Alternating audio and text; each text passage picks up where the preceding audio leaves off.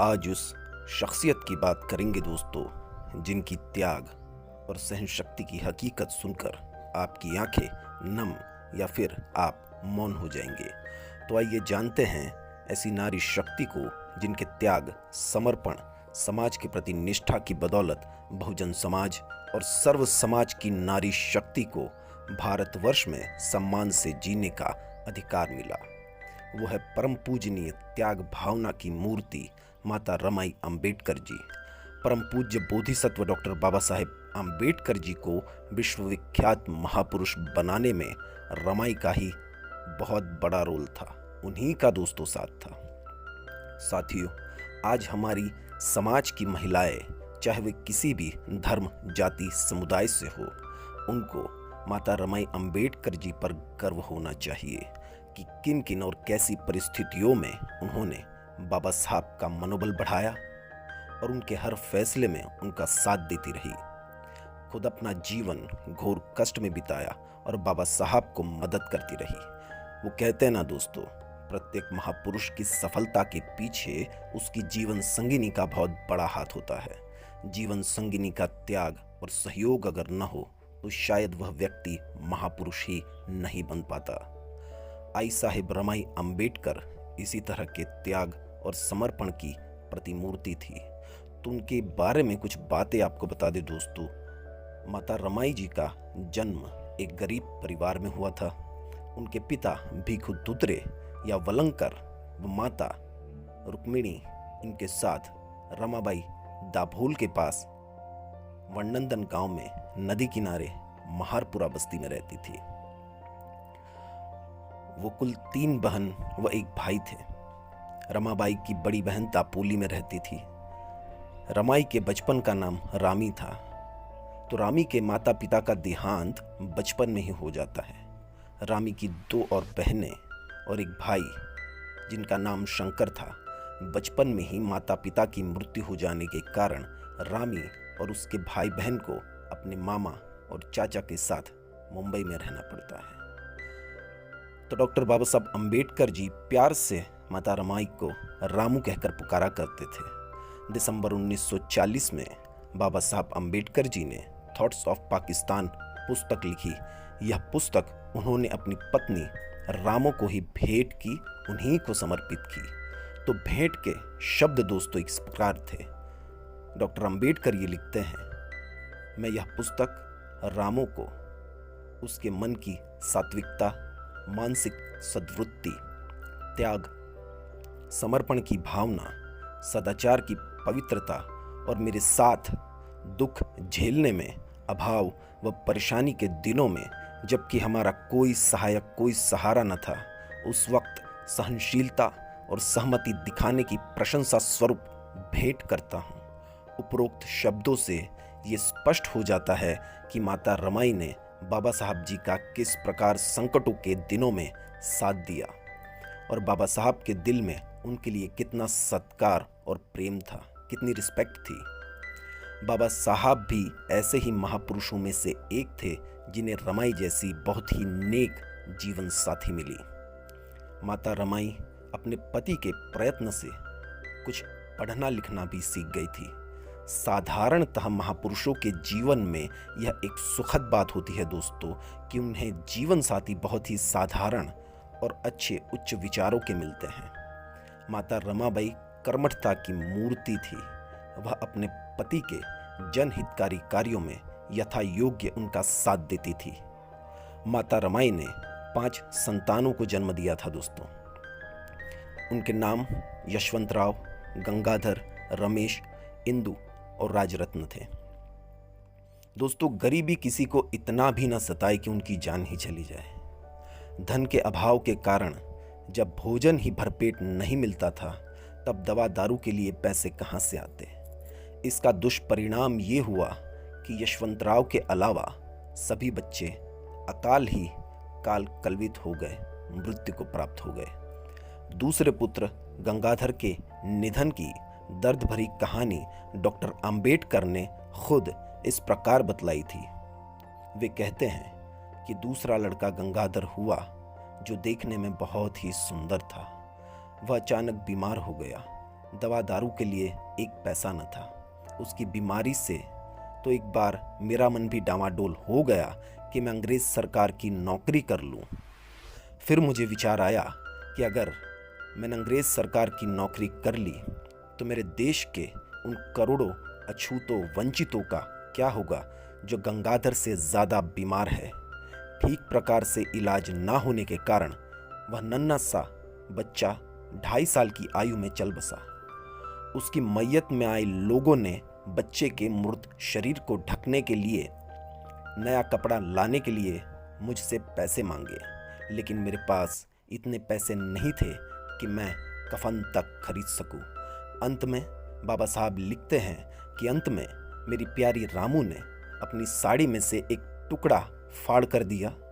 उसी में ढककर मेरे बच्चे को लोग शमशान लेकर गए और उसे दफनाए।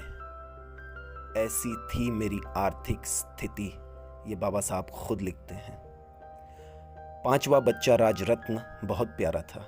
रमाई ने उसकी देखरेख में कोई कमी नहीं आने दी। अचानक जुलाई 1926 में उसे डबल निमोनिया हो गया। काफ़ी इलाज करने पर भी 19 जुलाई 1926 को दोनों को बिलखते छोड़ वह भी चल बसा। माता रमाई को इससे बहुत सदमा पहुंचा और वो उसी वक्त से बीमार रहने लगी। धीरे धीरे पुत्र शोक कम हुआ तो बाबा साहब भीमराव अंबेडकर दलितों के वंचितों के सत्याग्रह से जुड़ गए। महाड़ सत्याग्रह, उनके हक के लिए पानी पीने का अधिकार दोस्तों, जिसका वीडियो हमने CMM न्यूज़ पर अपलोड किया है, पानी पीने के अधिकार की कहानी, वो आप ज़रूर देखिएगा। तो अंबेडकर फिर महाड़ सत्याग्रह में जुट गए।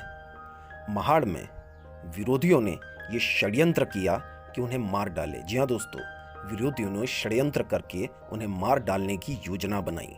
ये सुनकर माता रमाई ने महाड़ सत्याग्रह में अपने पति के साथ यानी बाबा साहब के साथ रहने की इच्छा जाहिर की।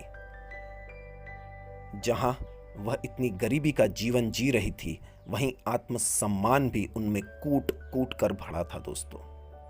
एक दिन बाबा साहब अंबेडकर जी कॉलेज में पढ़ाने जाते समय रमाबाई को खर्च के लिए कुछ पैसे देना भूल गए। रात को जब बाबा साहब वापस लौटे तो उन्होंने देखा कि कमरे का दिया नहीं जल रहा है। कमरे में अंधेरा देख बाबा साहब ने पूछा, रामू आज दिया क्यों नहीं जलाया? जाते समय आप पैसे देना भूल गए थे साहब। रमाबाई ने धीरे से उनसे कहा। बाबा साहब ने पुनः कहा, तो पड़ोस में किसी से मिट्टी का तेल या माचिस की तीली मारकर कमरे में कम से कम दिया तो जला दिया होता। माता रमाबाई ने उत्तर दिया, किसी से मांग कर गुजारना करना मैं अच्छा नहीं मानती। अगर ऐसा होता साहब तो आप भी सरकारी नौकरी करके हमको हर सुख देते, पैसा देते, हमको सुखी बना सकते थे। साथियों, रमाई ने कहा कि मेरा भी दृढ़ निश्चय कुछ और है। मैं पड़ोसियों से मांग कर जीने की बजाय भूखी रहना पसंद करती हूँ। मेरा भी स्वाभिमान पूर्ण जीवन है। बाबा साहब अंबेडकर जी ने अपनी लेखनी से फिर दोस्तों इस परिस्थिति के बाद बाबा साहब अंबेडकर जी ने बहुत काम किया। केसेस भी लड़े, बच्चों को पढ़ाया, कॉलेज में पढ़ाया और बाबा साहब अंबेडकर ने अपनी कलम से दर्जनों ग्रंथों की रचना की। यहाँ तक कि भारत का संविधान तक लिख डाला। अपने कठिन मेहनत से बाबा साहब समृद्धि से संपन्न एक महापुरुष बन गए और समाज कार्य संघर्ष के साथ अपनी पत्नी, अपनी जीवन संगिनी के प्रति अपना हर कर्तव्य निभाया दोस्तों। उन्होंने बंबई के दादर मोहल्ले में राजगृह नामक विशाल भवन का निर्माण करवाया। अब माता रमाबाई परेल से राजगृह आ गई थी, लेकिन चिंता और शौक से उनका जो शरीर जर्जर हो गया था दोस्तों, वह अभी ठीक न हो सका। वो कभी ठीक न हो सका दोस्तों। उनकी तबीयत बिगड़ती ही चली गई। 27 मई 1935 को उन पर शौक और दुख का पर्वत ही टूट पड़ा। उस दिन नृशंस मृत्यु ने बाबा साहब से उनकी पत्नी रमाबाई को छीन लिया। 20,000 से ज़्यादा लोग दोस्तों माता रमाबाई के महापरिनिर्वाण में शामिल हुए थे। एकमात्र बाबा साहब ही वो नेता है दोस्तों जिन्होंने नारी के हक में बात की, उन्हें पढ़ने लिखने की आज़ादी दी, हिंदू कोड बिल भी लाया, जिसका विरोध उस वक्त के प्रधानमंत्री जवाहरलाल नेहरू ने किया था। तो नारी को पढ़ने लिखने की आज़ादी, जीने की आज़ादी, साथी चुनने की आज़ादी, संपत्ति में हक, गर्भावस्था में छुट्टी, नौकरी, व्यवसाय करने का समान हक दिया। दोस्तों, उठाकर देख लीजिए इतिहास, इसके पहले नारी का शोषण ही होता रहा है। तुलसीदास ने नारी को पैर की जूती कहा। तुलसीदास से लेके राम राज्य में गुलामों की तरह नारी को बेचा गया, उसे पैर की जूती माना गया, उसे पढ़ने लिखने से वंचित रखा गया। एक बाबा साहब की लेखनी ने ही नारी तू नारायणी शब्द को सार्थक कर उसे समान हक देकर इतनी मजबूती और सही मायनों में आज़ादी से जिंदगी जीने का हक दिया। मैं हमारी माताओं और बहनों से, बेटियों से ये कहना चाहूँगा कि आपकी ज़िंदगी, आपकी आज़ादी, आपका ये एटीट्यूड, आपकी फैशन, आपका एक मजबूत स्टैंड, आपकी ये पहचान, अरे आपके लिबास से लेके आपकी लिपस्टिक तक, आपके हाथ में रहे स्मार्टफोन तक, आपका अधिकार, बाबा साहब की कलम, उनके बनाए कानून, उनके प्रयासों की और माता रमाबाई अंबेडकर, माँ सावित्री फुले, माँ फातिमा शेख जैसी नारियों के त्याग, आंसू, अपमान, सहनशक्ति, बलिदान की वजह से है। भारत की हर नारी इनकी कर्जदार है।